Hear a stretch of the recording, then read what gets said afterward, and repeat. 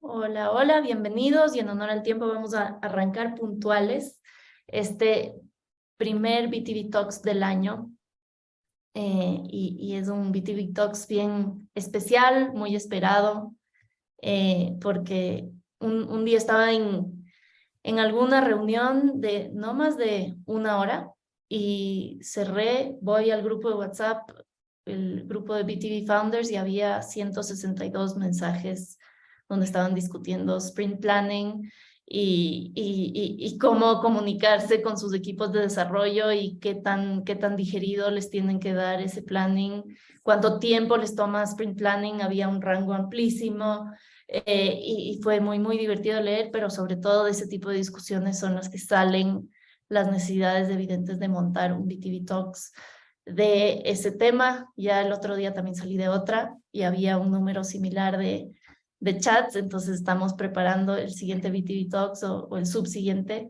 en torno a eso, pero eso nada más como anécdota, no quiero tomarme mucho tiempo y más bien agradecerte, Antonio, por estar aquí ahora. Y esta sesión la preparaste con Fernando, entonces Fernando, más bien te cedo el micrófono para que les cuentes un poquito más sobre lo que vamos a conversar hoy. Ya tomo yo control del waiting room y adelante y mil gracias.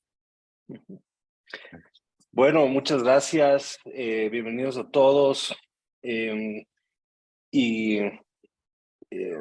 me perdí. Y bienvenido, Antonio. Qué gusto verte. Igualmente. La verdad es un placer. Conocimos a Antonio gracias a Alex Rendón, nuestro associate. Antonio tiene un background increíble. Bueno, estudió aquí en Quito, el colegio, y luego estudió afuera, la universidad. Ha formado ya 3 startups, ha tenido un par de exits. Su última startup, Tilo, está teniendo mucho éxito en Silicon Valley, en todos Estados Unidos. Es el tipo de soluciones que nos encanta a nosotros ver, pero más que todo es el tipo de persona y de founder que nos parece increíble estar asociados con él. Una persona con una capacidad de estrategia y producto como muy pocas. Me di cuenta de eso en la conversación que tuvimos en el Opportunity Summit en noviembre.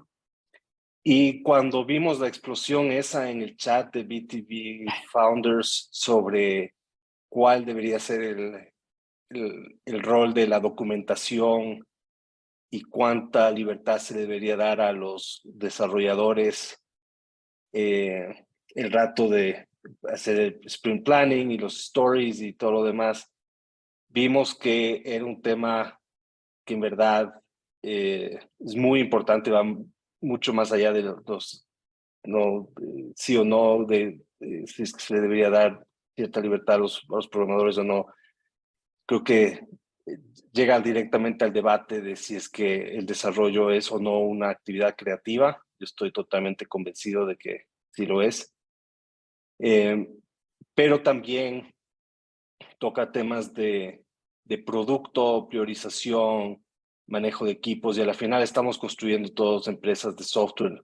Entonces creo que tanto CTOs como CEOs como equipos de trabajo de las diferentes startups tienen que estar al tanto de esto porque digamos que es la parte core, medular de las startups. Entonces, sin más, les dejo con Antonio Bustamante, quien ha preparado unos pequeños slides, pero va a dejar bastante tiempo al final para preguntas y respuestas y esperamos que esto sea una conversación dinámica. Si no lo han hecho todavía, por favor pongan el nombre de su startup al lado de su nombre para poder identificarlos. Muchas gracias. Adelante, Antonio. No, gracias a ustedes. Fernando me estaba comentando el otro día como comentaba Carmen, que había una conversación bastante interesante sobre cuál es el rol del ingeniero, cuánta responsabilidad se le ha de dar al ingeniero, cuánto contexto, cómo de digerido tiene que estar todo para que el ingeniero pueda empezar a programar. Y me pareció un tema muy interesante porque mi actual empresa, Silo, tenemos ya casi 6 años, somos Serie C, somos ya pasamos las 100 personas. Entonces, en los últimos 6 años hemos hemos ido a través de, creo que estamos ya en versión 5 o 6, de cómo gestionar un equipo de ingeniería con un equipo de producto, con un equipo de diseño, cómo hacer que trabajen muy bien juntos y cómo asegurarnos, lo más importante es que al final el producto sea lo que el usuario necesita, ¿no? Entonces, si no les importa, voy a compartir mi pantalla solamente para utilizarlo como ayuda. Y por favor, interrúmpame en cualquier momento para hacerme cualquier pregunta. También tendremos tiempo de sobra al final para hacer preguntas y demás. Pero básicamente el objetivo, y especialmente aquellos de ustedes que estén trabajando en un producto que no sea intuitivo, especialmente SaaS vertical, en entornos muy nicho. Para nosotros, por ejemplo, Silo es un ERP y un marketplace para empresas en el food supply chain. Entonces, nuestros usuarios son granjas, distribuidores y mayoristas de comida, especialmente de comida perecedera tipo frutas y vegetales. Entonces, cuando empezamos a trabajar en Silo, nos dimos cuenta de que, especialmente para productos muy complejos, el framework de desarrollo tiene que ser un poco diferente a algo que sea más intuitivo o más probado. Especialmente, por eso lo digo a aquellos de ustedes que estén desarrollando algo que no ha sido probado a nivel de mercado todavía o algo que sea muy, muy nuevo en la industria. La forma de pensar es un poco diferente.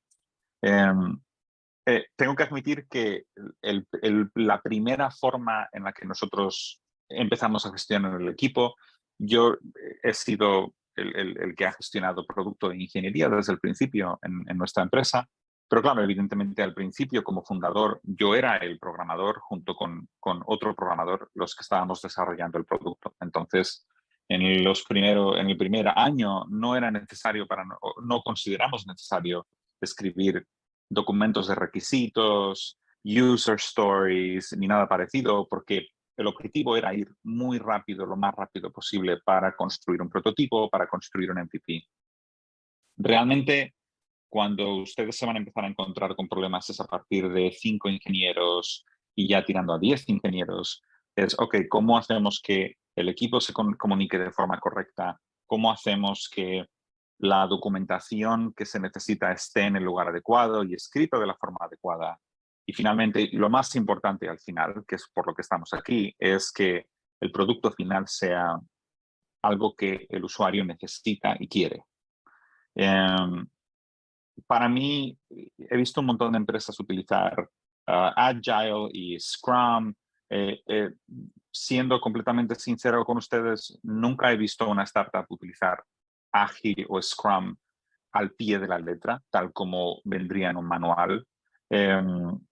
Hay muchas razones para ello. Una startup es un entorno muy volátil, es muy difícil realmente hacer las cosas bien si uno se rige al pie de la letra de lo que un manual de Scrum le estaría diciendo. Scrum funciona muy bien en equipos más pequeños, en organizaciones grandes, donde hay el presupuesto y el tiempo para realmente hacerlo bien.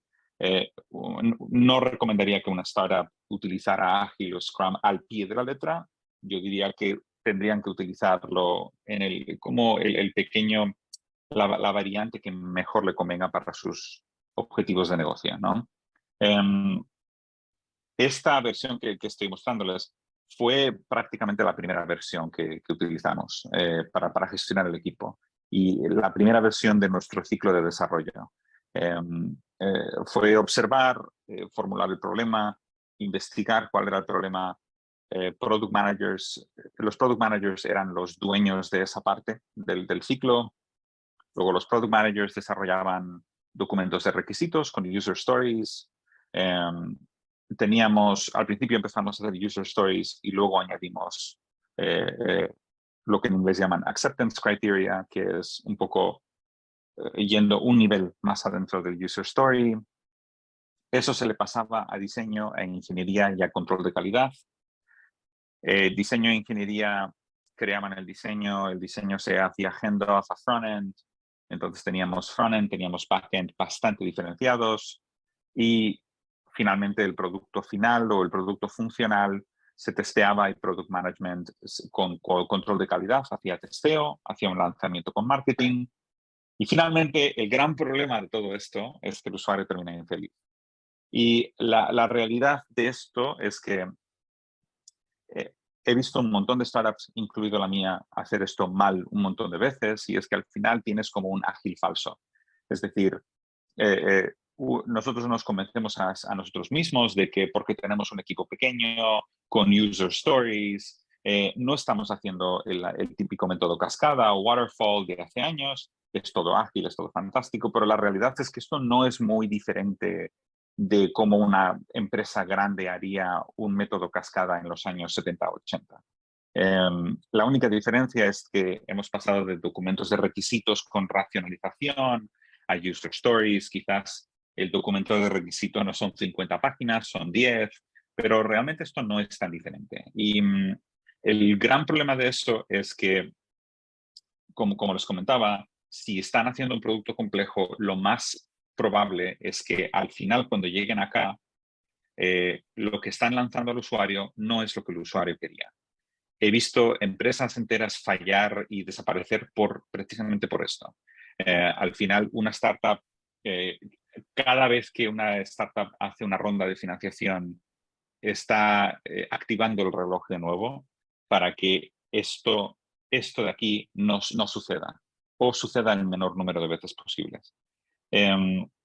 Nos tomó bastante tiempo entender eso. Para nosotros el gran cambio fue de 2 ingenieros, que éramos yo y otro compañero, a 5, donde ya dijimos, ok, ya empieza a haber problemas de organización, cómo nos comunicamos, luego a 10, luego a 15, actualmente el equipo de ingeniería de Silos aproximadamente 50 personas. Así que, como les digo, ha habido 3, 4, 5 versiones de cómo gestionar un equipo y han sido bastantes quebraderos de cabeza. Entonces les estoy enseñando un poco nuestra primera versión, qué es lo que estábamos haciendo mal. Lo que estábamos haciendo mal es que realmente la división de responsabilidades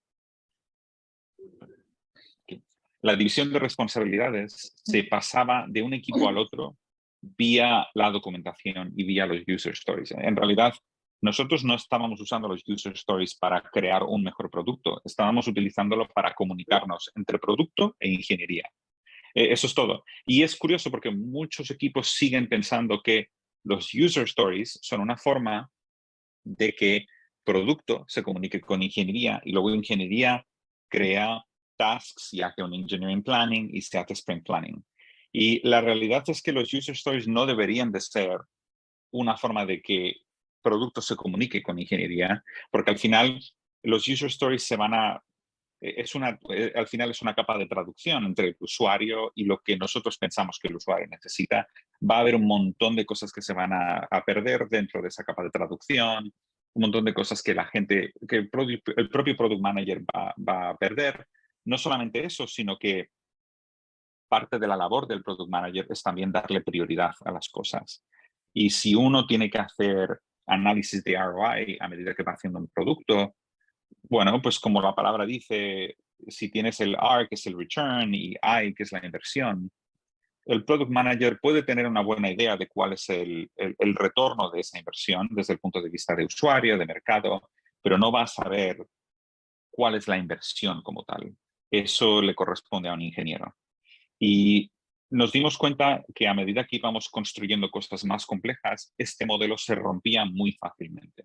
Pasábamos de hacer proyectos que ocupaban, nosotros hacemos sprints de 2 semanas, entonces pasábamos a hacer proyectos que ocupaban, no sé, 1 o 2 sprints, a proyectos que se hacían más y más grandes. Y lo curioso es que cuando uno va a una clase de Scrum o de Agile, le dicen, no, bueno, realmente una de las ventajas de hacer Agile es que puedes detectar bugs mucho más rápido, con lo cual cualquier error a nivel de desarrollo se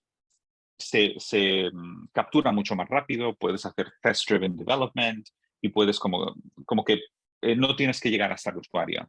Y realmente eso es un coste bastante alto, pero el coste más alto no es ese. El coste más alto es hacer todo un proceso lineal, lanzar un producto y darte cuenta de que el usuario no necesita eso. Y tener que volver hacia atrás y hacer, como nosotros llamábamos, follow-up iterations, donde hacíamos parches en el producto, intentábamos un poco no crear un producto que el usuario necesitara, sino coger el producto que ya necesitábamos y hacer que sirviera para el usuario. Hay varias razones por las que no funciona esto. Una de ellas es porque al final, cuando uno trabaja así, es lo que yo llamo patata caliente. Es decir, el usuario te está diciendo que quiere X, el product manager está haciendo una traducción de lo que ellos han entendido, que el usuario le ha dicho, se lo pasa a diseño crea, digamos, un Figma. Entonces ahora ya tienes dos documentos, tienes User Stories, tienes un Figma, le pasa los dos a ingeniería. Imagínate, para mayor parte de ustedes, un tech lead será el que haga sprint planning, y luego tienen backend engineering y frontend engineering. Y finalmente el código se lo pasan a control de calidad, donde hacen una serie, pues, batería de tests, que serán o automáticos o manuales, a veces los dos. Y finalmente el usuario dice, no, esto no es lo que necesito. Es verdad que yo te dije que quería X, pero esta solución que tú me estás proponiendo no es la que yo necesito. Esto es una solución a algo parecido, pero no lo que te estaba diciendo. También es verdad que no toda la culpa es del equipo. Los usuarios, uno puede hablar con, digamos, una batería de 20, 30, 40 usuarios, pero la realidad es que el usuario no te va a decir lo que necesita, te va a decir lo que quiere. Y también se les van a escapar pequeños detalles. Para nosotros, por ejemplo, muchos de nuestros usuarios están en almacenes con cientos de personas, con camiones entrando y saliendo continuamente. No nos van a poder dar una descripción perfecta de todos y cada uno de los detalles del proceso, ¿no? Entonces, nos dimos cuenta muy pronto de que la patata caliente, como por así decirlo, no funcionaba. Al final, el equipo de todo este proceso, tienes los user stories, tienes el diseño, tienes el código, y finalmente todo ello es el producto. Y realmente, como les estaba comentando antes, cada uno de estos documentos no hacía una buena función. La función al final era como, ya terminé mi trabajo, aquí está el trabajo, haz el tuyo, pásaselo al siguiente cuando termines. Es extremadamente dañino, y de hecho es tan dañino como waterfall. Y la primera razón por la que no funciona es porque asume que todos somos perfectos y que sabemos exactamente qué necesita el usuario. Y la realidad, y estoy seguro de que muchos de ustedes ya han visto esto, no hay fórmula secreta para crear el producto perfecto. El producto perfecto se crea a base de insistir e insistir y hablar con los usuarios continuamente todos los días. Y nos dimos cuenta de que queríamos un proceso de desarrollo donde no dejáramos de hablar con el usuario a medida que íbamos desarrollando el producto. Que siempre, a medida que estábamos desarrollando el producto, habláramos continuamente con el usuario, le diéramos updates, el usuario nos diera feedback, y que todo el equipo estuviera involucrado desde el principio, no solo los product managers. Y es básicamente lo que empezamos a hacer. Nos dimos cuenta de que no solamente era el product manager el que tenía que hablar con usuarios, era el ingeniero y el diseñador. Y control de calidad. Transformamos nuestra función de control de calidad para que fuera control de calidad no solamente del producto final, sino de todo el proceso desde el principio. Y en ese aspecto vas a poder encontrar muchísimos más fallos antes dentro del ciclo de desarrollo. Entonces, nosotros empezamos, les voy a dar un ejemplo. Silo hace como año y medio creó su propio sistema de contabilidad. Nos dimos cuenta por feedback de usuarios que necesitaban eso. Y un sistema de contabilidad es algo increíblemente complejo. Es un producto que, bueno, me imagino que han visto que muchas empresas solamente hacen eso, y fue un gran desafío para nosotros. Y nos dimos cuenta desde el principio, a menos que estemos hablando con contables, con gente que trabaja en la parte de recursos humanos, con nóminas, todos los días mientras hacemos este producto, no nos va a salir bien. Vamos a estar desarrollando algo durante 6 meses, y a los 6 meses lo vamos a lanzar, y el primer feedback va a ser, no quiero. Entonces, fue bastante interesante que empezamos básicamente a hacer que el equipo entero hablara directamente con usuarios. Para hacer esto, el equipo tiene que ser pequeño, no más de 5 o 6 personas.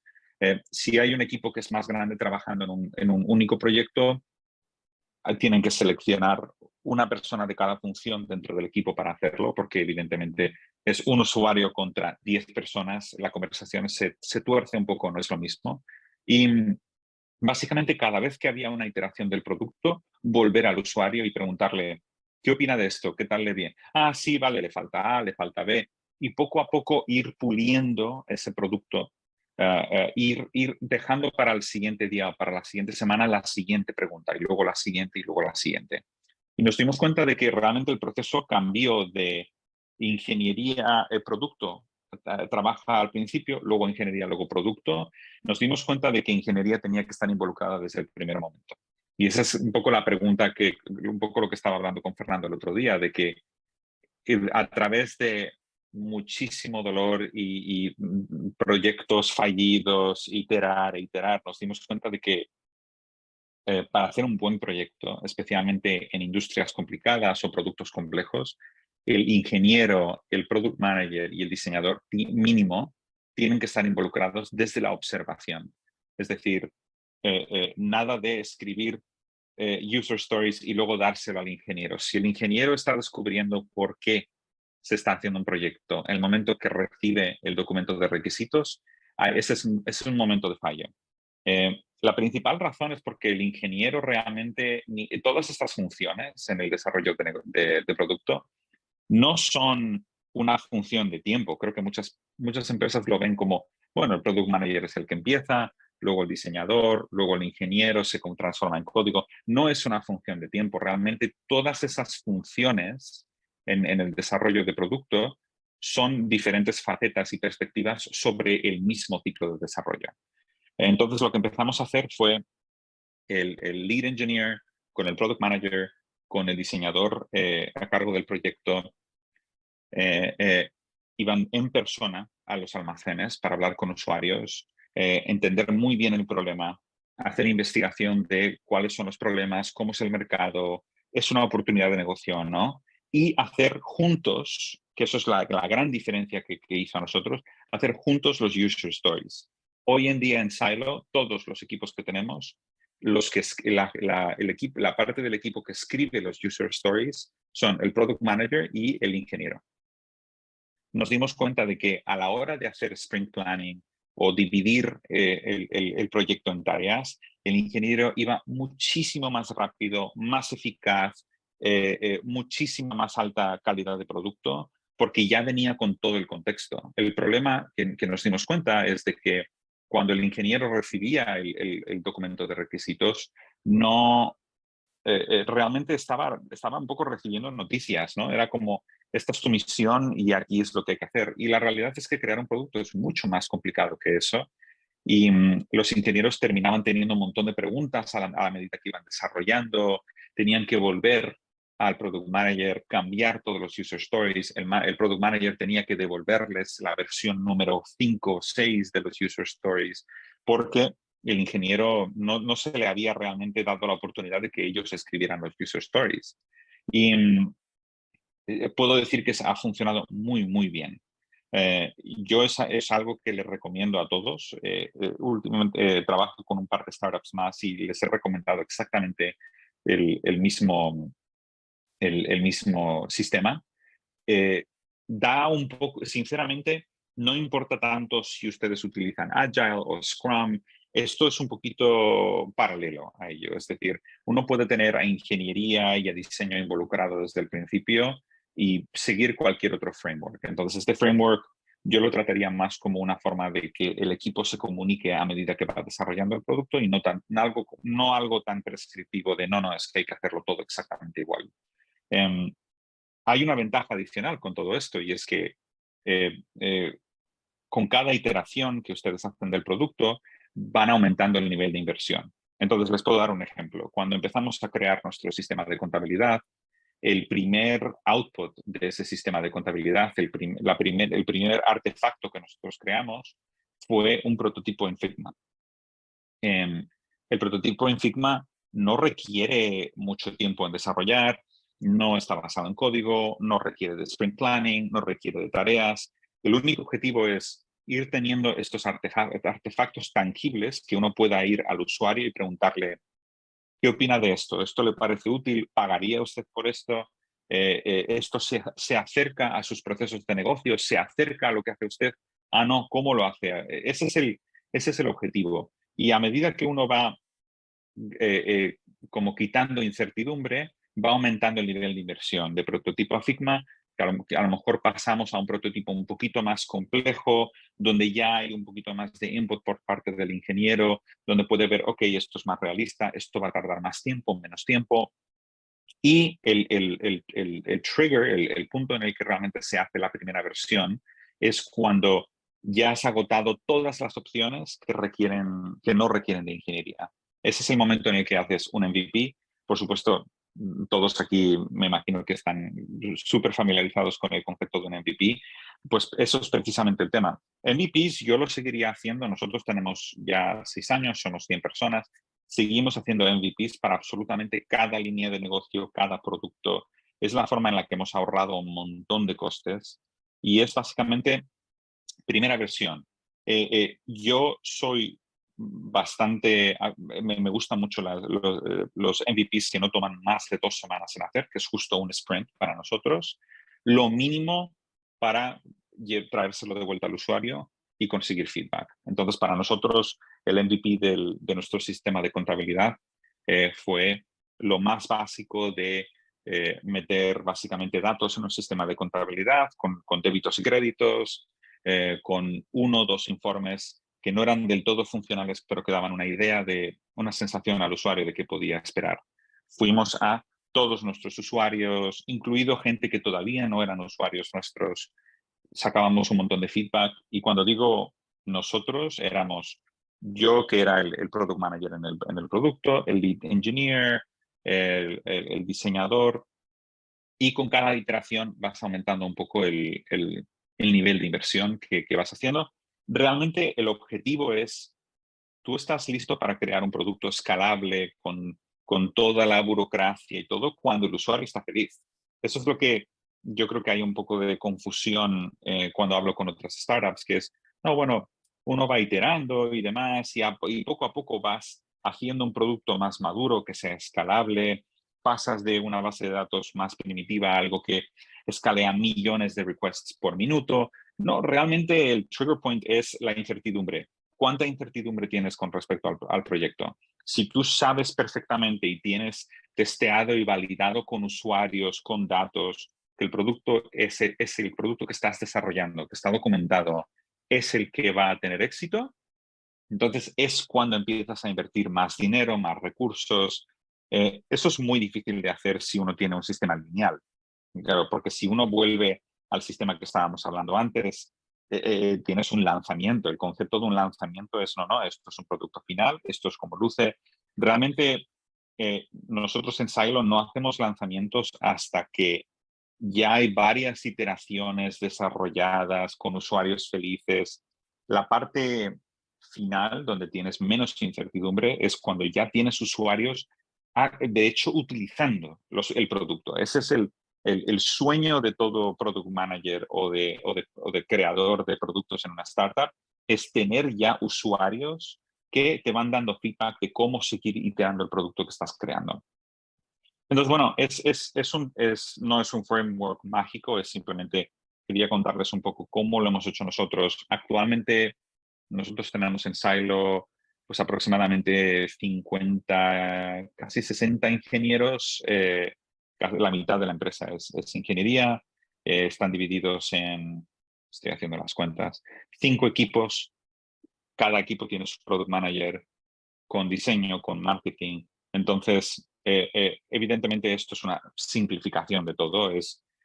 Llega a complicarse bastante, sobre todo nosotros tenemos 5 o 6 líneas de negocio diferentes, con diferentes ingresos, con diferentes estrategias y todas tienen que tener una estrategia que esté unida. Entonces, todo empieza a complicarse. Pero desde el punto de vista del ciclo de desarrollo, mi recomendación es que les den el máximo nivel de contexto al ingeniero desde el principio. Escucho mucho la palabra handoff, se utiliza muchísimo en startups. El handoff de producto a diseño, el handoff de diseño a ingeniería. Detesto esa palabra, me parece que muchas startups han fallado por la obsesión de hacer handoffs. No, es que se lo tengo que dar a ingeniería, es que se lo tengo que dar a diseño. No, al final es un equipo, un solo equipo, con muchas funciones y perspectivas. Y la forma de hacer que esto no sea caro es si es un equipo más grande, yo soy muy partícipe de tener equipos muy pequeños dentro de una organización más grande. Ninguno de nuestros equipos es más de 10 personas. Incluso en un equipo de 10 personas, realmente con que tengan al menos un representante de cada función en este proceso, desde principio hasta fin, eh, realmente van a ganar muchísimo.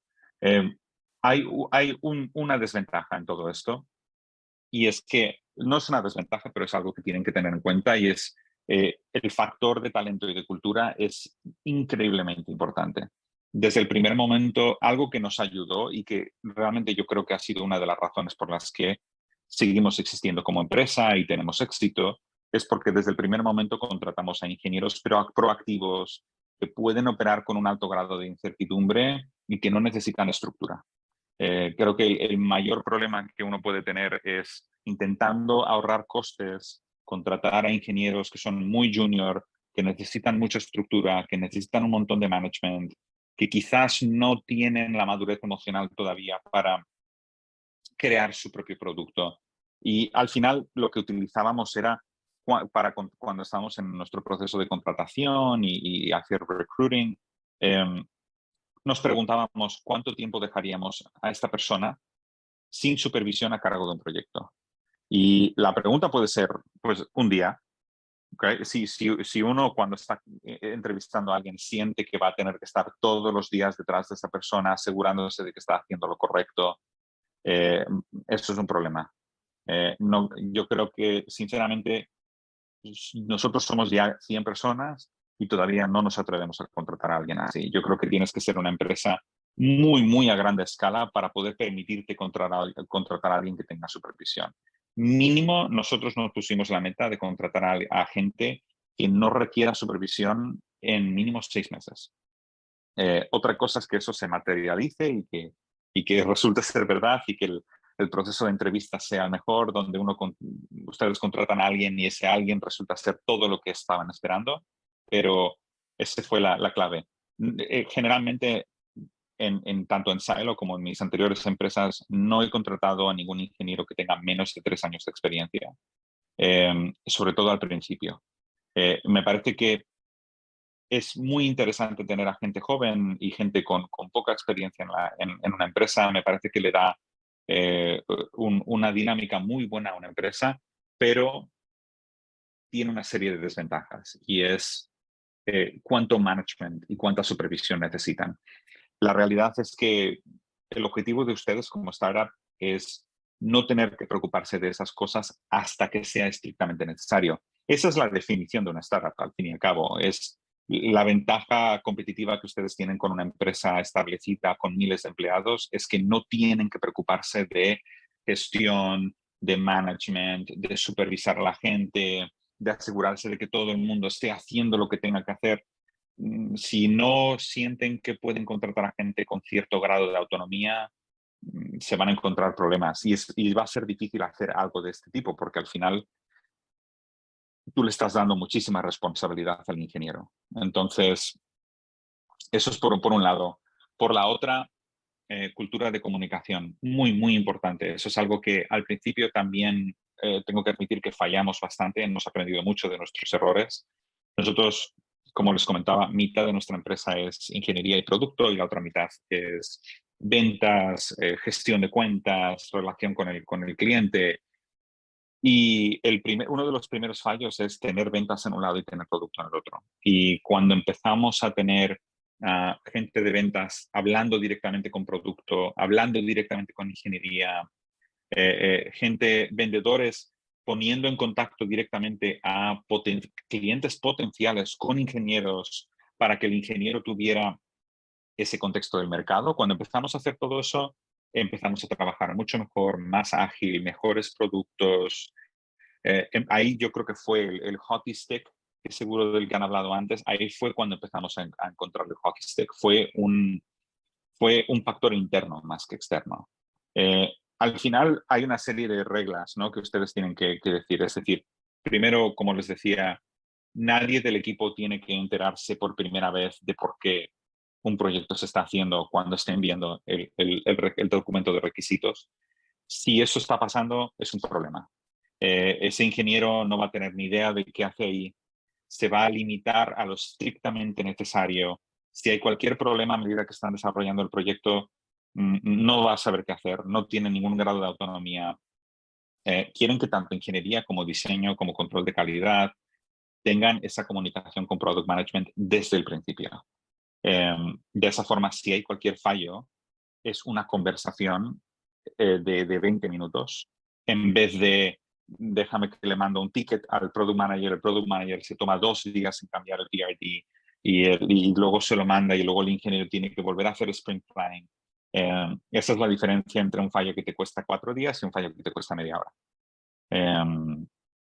Pero sí, es básicamente, esto es la historia de cómo hemos gestionado nuestro equipo. Básicamente en los últimos 6 años me he saltado unos cuantos pasos, evidentemente, pero hoy en día, incluso a escala, ya somos un equipo bastante grande. Así es como trabajamos en Silo. Y yo les puedo decir, a ver, no es por, no estoy intentando alardear, pero, y esto les pasará mucho a muchos de ustedes sobre todo, es que sobre todo en productos complejos, en industrias complejas, este tipo de proceso es lo que diferencia un producto que puede tardar años en desarrollarse a un producto que tarda semanas. Y la verdad es que hasta ahora ha funcionado muy bien. Pero sí, no sé si tenían alguna pregunta sobre lo que les he hablado. Ojalá que haya sido útil. He hablado bastante, es bastante contenido, pero ojalá que haya sido útil. Perfecto, muchas gracias, Antonio. Muy interesante. Creo que voy a hacer un comentario rapidito, después le dejo hablar a Fer, Aldrete. Has mencionado varias cosas, me han dejado loco. Me parece genial lo de que los ingenieros, o al menos el lead de cada equipo, hable directamente y esté en la misma conversación que el product manager y que el diseñador en la trinchera con el cliente. Sí.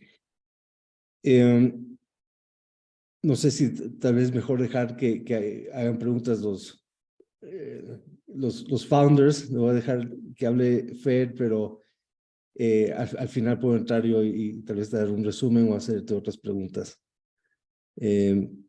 Fer. Se me fue. No se oye. No sé si ustedes lo escuchan, pero no se oye.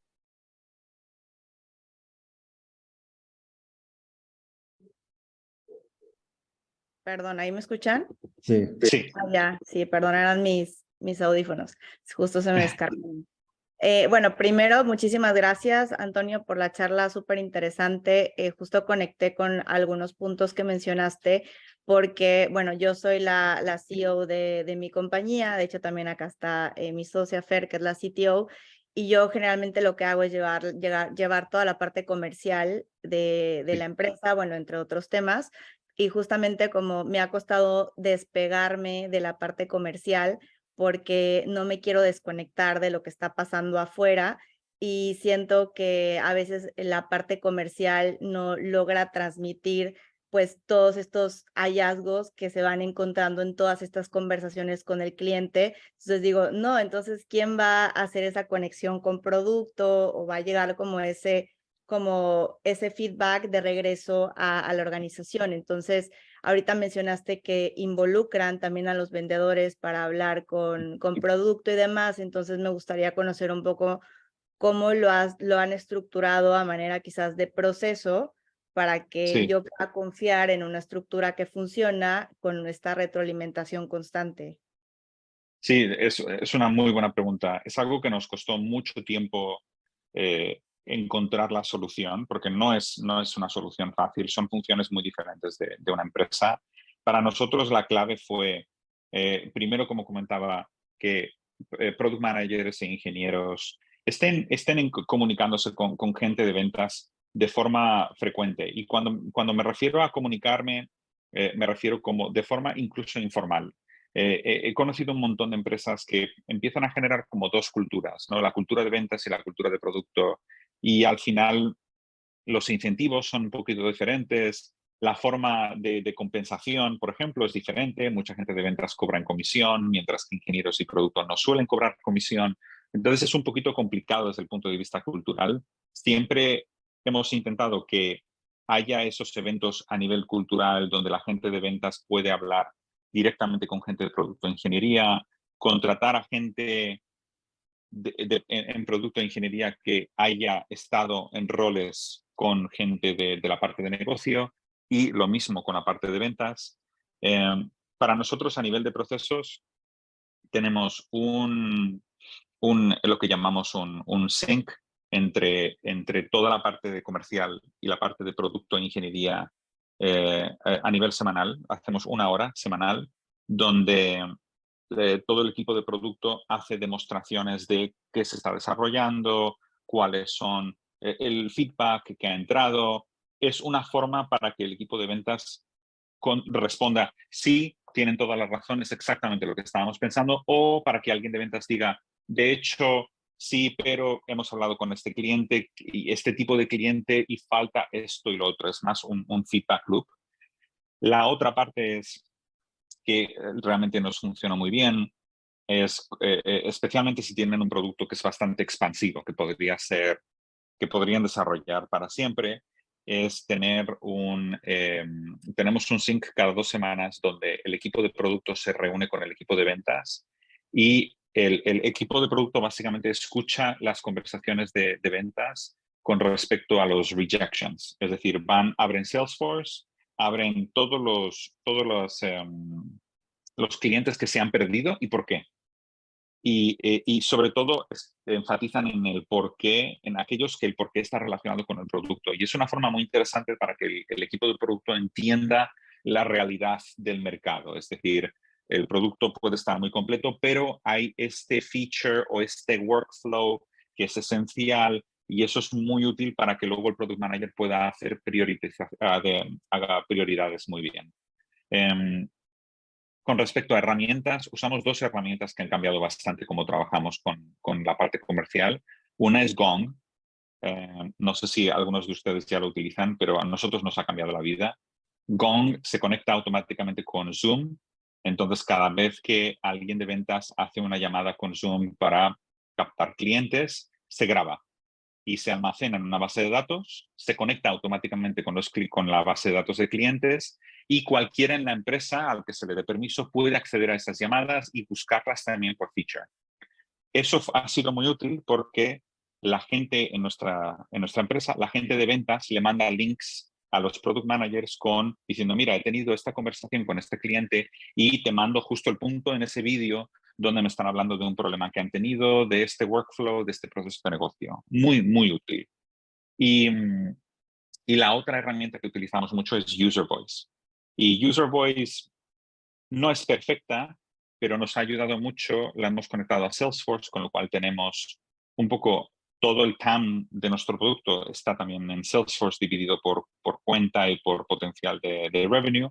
Entonces, la gente de ventas, comercial, relación con cliente, pueden abrir tickets, por así decirlo, que son feedback de producto, y pueden conectarlo al cliente que les dio ese feedback. Y automáticamente, si tienen varios segmentos de mercado, también se categoriza por segmento. El equipo de producto de ingeniería revisa todo ese ticket 2-3 veces por semana y pueden hacer como una agregación de todos los tickets y ver claramente cuáles son los features más pedidos con más potencial de mercado con respecto a lo que está almacenado en Salesforce. Y eso ayuda mucho con ROI. Entonces, ojalá que la respuesta haya sido útil, porque no es como una fórmula única, sino que es un montón de cosas. Realmente lo que yo más diría es esa cultura de tener un equipo de ventas que tiene una comunicación abierta y honesta con el equipo de ingeniería y producto es clave. Sobre todo si ustedes tienen algo de tipo de implementación. Nosotros tenemos un equipo de implementación porque, bueno, estamos construyendo un ERP, es un SaaS bastante complicado, entonces necesitamos a gente on-site haciendo implementaciones, especialmente contratar a gente de implementación que no tienen que ser técnicos, no tienen que ser ingenieros, pero que tengan experiencia habiendo trabajado con software, con productos de software, con change management, todo eso es muy, muy útil. Súper, muchas gracias.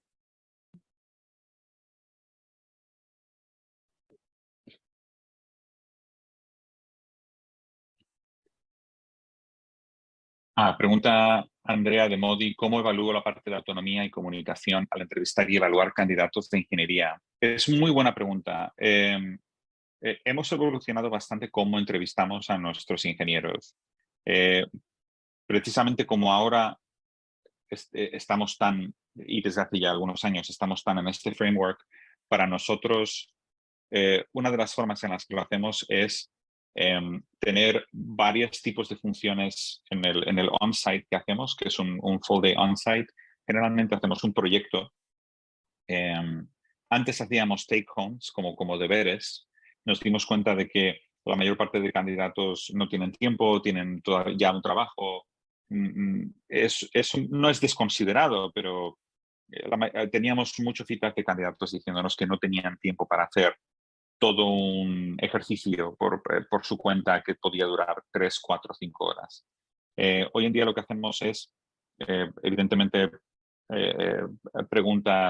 entrevistas aisladas antes del on-site. Tenemos una que es de tipo cultural, donde tenemos a alguien de ventas o de operaciones o de recursos humanos, hablar de, pues, de lo bien, de lo chévere que es nuestra empresa, un poco de explicarles la historia de Silo, y utilizan realmente eso para ver cuál es la reacción del candidato de ingeniería al interaccionar con alguien que no es un ingeniero. La siguiente es técnica, con otro ingeniero tanto de backend como de frontend, y finalmente el full day on-site. Yo soy muy fan de hacer sesiones con varias funciones en la misma sesión. Es decir, solemos coger un proyecto muy, muy pequeño de principio a fin y básicamente la primera sesión es hacer una presentación del proyecto con alguien de ventas, con alguien de ingeniería y con alguien de producto. La siguiente es hablar con un diseñador y con alguien de marketing. Y siempre mezclamos un poco diferentes funciones y nos reunimos al final, los que hemos hecho la entrevista, para que cada función nos dé una perspectiva diferente. La verdad es que eso nos ha funcionado muy bien. Gracias. Tengo una pregunta acerca de lo que dijiste. La parte del on-site, ¿como cuánto dura eso? Y ahí hace que la persona técnica escriba código y eso. Hacemos ahora mismo, tenemos 5 sesiones, son de unos 45 minutos cada una. Hacemos descansos entre sesiones porque entendemos que la gente se cansa, sobre todo para todas las sesiones las hacemos por Zoom y bueno, me imagino que lo han visto ustedes, estar 5 horas en Zoom da una fatiga tremenda. Les hacemos escribir código en una de las sesiones, que es un poco más práctica. En el resto es más de tipo gestión de proyectos y algoritmos. Hay 2 de algoritmos y de arquitectura de sistemas que no tienen que escribir código. Pueden escribir pseudocódigo, está bien, si escriben pseudocódigo no hay ningún problema, pero hay una sola que es con código y que está supervisada por 1 o 2 ingenieros también. Dale, muchas gracias. Nada. Y creo que hay otra pregunta de cómo puede mejorar el tema de autonomía si de principio la empresa ya contrató gente sin experiencia y se tiene mucha carga de follow-up. Eso es una muy buena pregunta. La forma en la que yo haría es contratar un buen manager. Yo creo, les voy a comentar solo desde mi propia perspectiva y experiencia. En Silo no, pero en mi anterior empresa sí cometimos ese error. La experiencia, el nivel de experiencia medio del equipo de ingeniería era bastante más bajo que el que tengo en Silo y sí requería de bastante management, de bastante follow-up, de crear, muchos de estos ingenieros querían que se les creara un path de promoción muy explícito. La forma en la que lo solucionamos fue contratar a gente que esté más en el lado de people management. Y la razón, y esto es la dura realidad, pero es algo que uno tiene que admitirse, y yo me lo admití a mí mismo hace tiempo, Y es que yo puedo ser fundador de startups, puedo considerarme mejor o peor CTO, pero yo soy muy consciente de que hay managers de ingenieros ahí fuera que son mucho mejores que yo. Y lo más probable es que, aunque ustedes estén en la parte de CTO o en la parte técnica, hay gente que son managers profesionales, que son muy buenos a la hora de establecer estructura, a la hora de establecer follow-up, a la hora de también se van a dar cuenta cuando contraten a esta gente porque van a elevar también la calidad de los ingenieros. Yo es algo que recomiendo sobre todo en equipos que se van haciendo más grandes y que tienen ingenieros con menos experiencia. No es nada malo, ¿eh? Hay muchas empresas que son así. Nosotros también tenemos managers a estas alturas, sino que no pudimos postergar contratar managers bastantes años, pero si uno tiene bastantes ingenieros junior, el coste de contratar a un buen manager es mucho menor que el valor que te van a dar. Es un coste alto, evidentemente, pero van a dar estructura, van a hacer que muchos ingenieros junior que no trabajan bien en entornos de incertidumbre pueden realmente llegar a crecer y ser incluso managers ellos mismos, teniendo un muy buen manager que sea un buen mentor. Así que yo recomendaría hacer eso.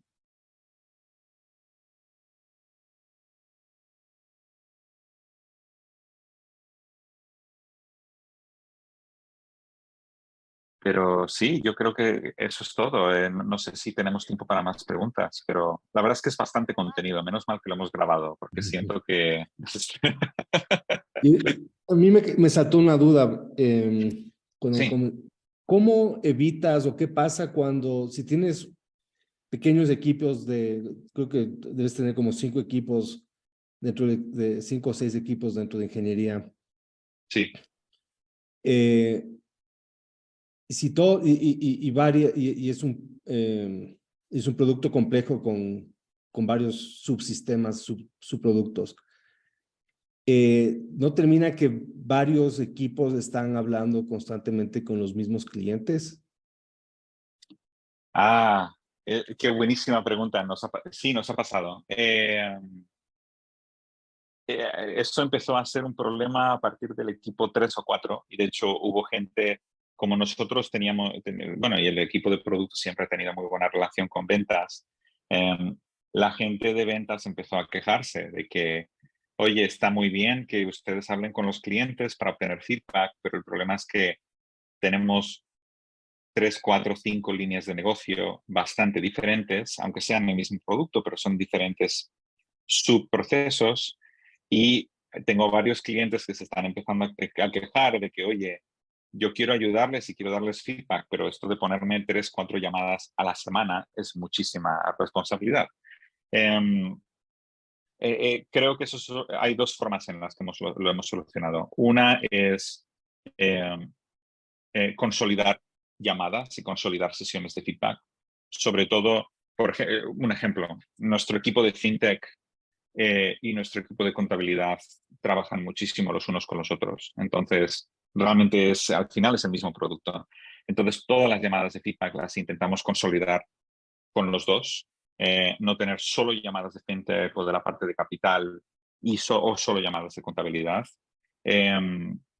Sobre todo, consolidar llamadas que son al mismo stakeholder de la empresa a la que estás llamando es muy, muy útil. Y la otra forma en la que lo hemos hecho es la función, hay una función por encima de Product Manager que es la de Program Manager. Nosotros no tenemos Program Managers en Silo todavía, aunque es algo que haremos en el futuro, y que ayudan un poco a que todo el mundo se conecte, un poco sobre todo cuando hay múltiples líneas de negocio. Y ellos también pueden ayudar a coordinar que las sesiones no se solapen y que no tengan diferentes product managers o diferentes ingenieros hablando con lo mismo. La otra forma es cuantos más clientes tengas o más clientes potenciales tengas, menos solapación. Con tal de que esté bien registrado quién ha estado llamando a quién, no tienes por qué quemar relaciones, por así decirlo, y puedes distribuirlo. No, cada uno tiene como su pequeño cohort de usuarios Para nosotros, por ejemplo, una de nuestras diseñadoras es nuestra, por así decirlo, directora de investigación no oficial, y ella es la que se encarga de mantener una base de datos que tenemos en Notion con todas las sesiones de user research.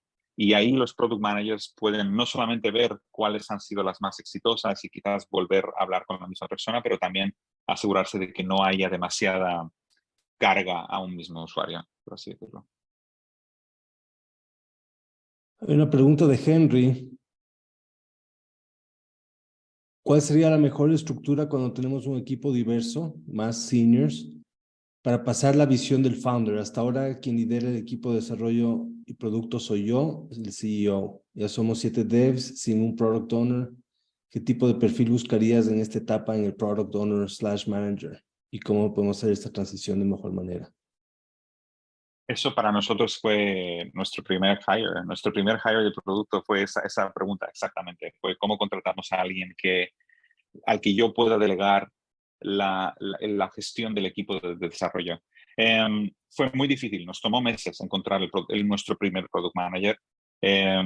Puede ser un product manager, puede ser un engineering manager que tenga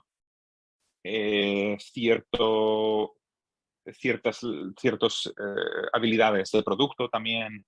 Hay un abanico, ¿no? de diferentes roles que podrías contratar. Yo me decidiría por alguien con bastante experiencia, pero culturalmente alguien que tú sientas que es una buena expresión de tu visión, porque la realidad es que nadie va a reemplazar. Hay algo que los fundadores jamás se les puede reemplazar en la empresa, o rara vez, y es la visión. Y es la única razón por la que los fundadores son esenciales para una startup, y es porque ellos, incluso a escala, incluso cuando una empresa ya tiene, nosotros, por ejemplo, ¿no? Tenemos 100 y pico personas, ya tenemos VPs, tenemos ejecutivos, tenemos de todo, pero la realidad es que muchas de esas labores están enfocadas en la ejecución de una idea, no en la idea ni en la visión. Nadie va a poder reemplazarte en lo que se refiere a visión. Yo buscaría a alguien que comparta esa visión y que sea muy bueno a la hora de ejecutarla. Gente con experiencia, gente que culturalmente tú te sientes con ellos y pasen, nosotros lo llamamos el Sunday Test, que es si yo supiera que no hay nadie en la oficina y solo va a estar esa persona un domingo, ¿iría yo a la oficina a trabajar o no? Pero sobre todo alguien que tenga muy buena facilidad de comunicación. Me parece que una labor del product manager que no está lo suficientemente apreciada es la labor de motivar y de evangelizar un producto, una idea. Yo buscaría a alguien así. Y pueden ser más técnicos o pueden ser menos técnicos. He conocido a gente de ingeniería, leads, managers, que son muy buenos en producto y que pueden ser ese muy buen first lead, ese first hire, que sea un poquito más que un individual contributor, pero también puede ser un product manager, que sea un poco más técnico.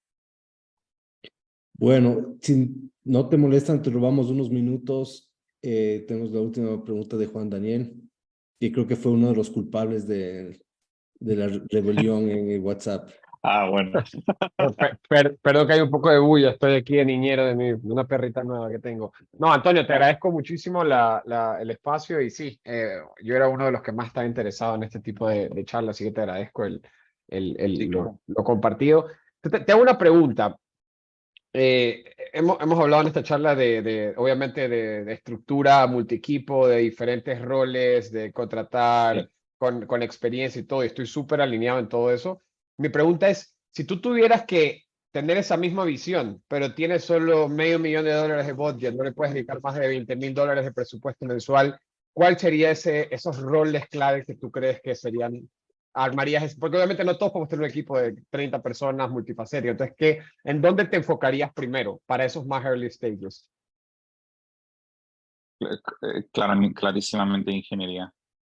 Y quizás lo digo porque yo ¿Pero soy dirías ingeniero. solo programadores y ya? ¿O tendrías un product manager o tendrías un product owner? O sea, ¿cómo dividirías un equipo de 5 personas tú, por ejemplo? De 5 personas. Sí, o sea, solo tecnología, hablando solo en tecnología. De 5 personas, un product manager, un diseñador, un backend, un frontend, te sobra uno. Guau. Dependiendo del proyecto, o alguien más de backend, o alguien más de frontend, o alguien que sea un poco lead. Yo creo que eso Ya. es como la unidad esencial.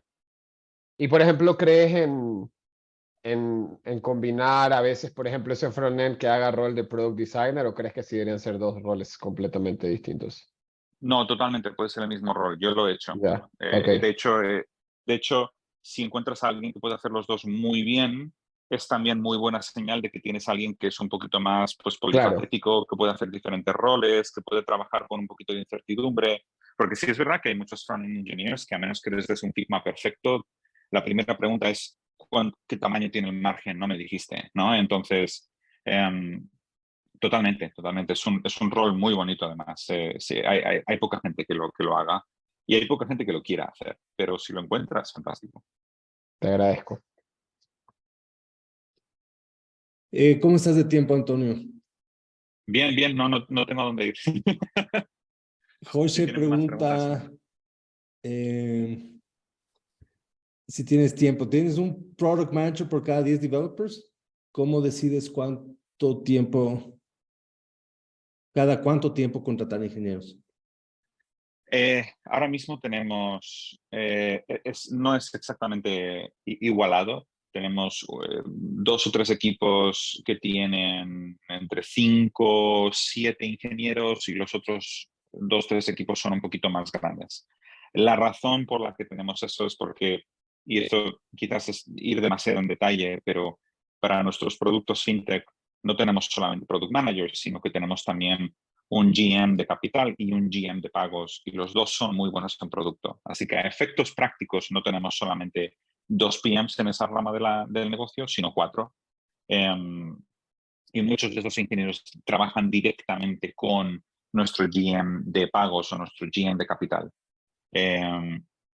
Eso, sobre todo si tienes líneas de negocio muy específicas. Para nosotros, la primera línea de negocio muy específica fue ser un procesador de pagos. Está muy bien tener un ejecutivo o un GM que tenga muy buenas habilidades de producto y se ha notado muchísimo. Para nosotros lo hicimos una vez y lo volvemos a repetir. Entonces, yo generalmente no recomendaría tener más de 6, 7 personas por product manager. Me parece que 5 es como el golden number. Con 5 personas se pueden desarrollar productos muy complejos. Y, o sea, yo siempre utilizo el ejemplo de Instagram. Instagram vendió por $1 billón a Facebook y creo que el equipo eran 11 personas. Se pueden hacer cosas muy interesantes con un equipo pequeño, pero muy concentrado. Hay que recordar que añadir más gente a un equipo o añadir más equipos requiere de overhead, requiere de management, requiere de organización. Todo eso añade costes, añade tiempo, añade los ciclos de comunicación, le hablo aquí, le paso este documento, ¿no? Entonces, yo no recomiendo equipos de un propósito o de un proyecto de más de 6, 7 personas. Me parece que 5 es para mí mi número favorito. ¿Cada cuánto tiempo contratamos ingenieros? Al principio era bastante más arbitrario porque éramos una startup que estaba recién empezando. Hoy en día hacemos budgets retroactivos a crecimiento de la empresa y del modelo que nosotros tenemos de crecimiento de ingresos. Entonces está todo bastante basado en cuánto queremos, cuál es nuestro goal de crecimiento para este año, cuáles son las funcionalidades que tenemos que desarrollar, cuántos ingenieros necesitamos para desarrollar esas funcionalidades. Entonces es un poquito going backwards desde un North Star. Esto se puede hacer también con una empresa pequeña. Si tú tienes una serie de milestones, es simplemente mucho más difícil. Eso yo no lo haría hasta empezado el año 3 o 4. Empezando el primer año o 2 años, contratas ingenieros cuando realmente los necesitas. He conocido un montón de startups que empiezan a contratar como locos cuando levantan dinero por primera vez. Hay una expresión que me gusta utilizar que es un poco que al final cada fundraising es un peso que tú te echas encima. Tener demasiado capital puede afectar tu éxito como empresa, y no desde el punto de vista de equity, no me refiero a eso, me refiero a que un equipo con demasiado dinero también está forzado a invertir ese dinero, y las startups invierten el dinero en talento. Y tener mucha gente requiere de overhead, requiere de management, requiere de estructura, de procesos, de todo. Entonces, yo, en vez de tener nosotros hoy en día tenemos un equipo de recruiting con una máquina de recruiting que funciona continuamente, pero si estás en tus primeros 3 años, yo un poco lo pensaría desde el punto de vista oportunista, es decir, contratar solamente cuando tú crees que lo vas a necesitar.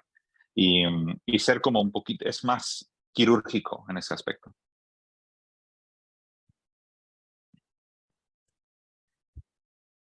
Listo. Muchas gracias a ustedes. Y Muchas si gracias, puedo ayudar, Antonio. y si tienen cualquier duda, estoy en LinkedIn, me mandan un mensaje o cualquier pregunta, pero sí, ojalá que haya sido útil.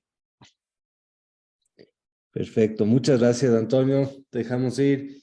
Por favor, ahí les dejé un link a todos a nuestro, una pequeña encuesta que vamos a empezar a hacer desde este año para medir nuestro Net Promoter Score de nuestros BTV Talks. Entonces, por favor, llenen eso antes de irse. Y una vez más, Antonio, ha sido un placer escucharte. Siempre aprendo mucho de ti. Gracias Igualmente. por ser un miembro activo de nuestra comunidad.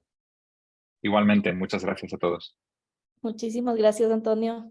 Un abrazo. Gracias. Un abrazo. Chao, chao.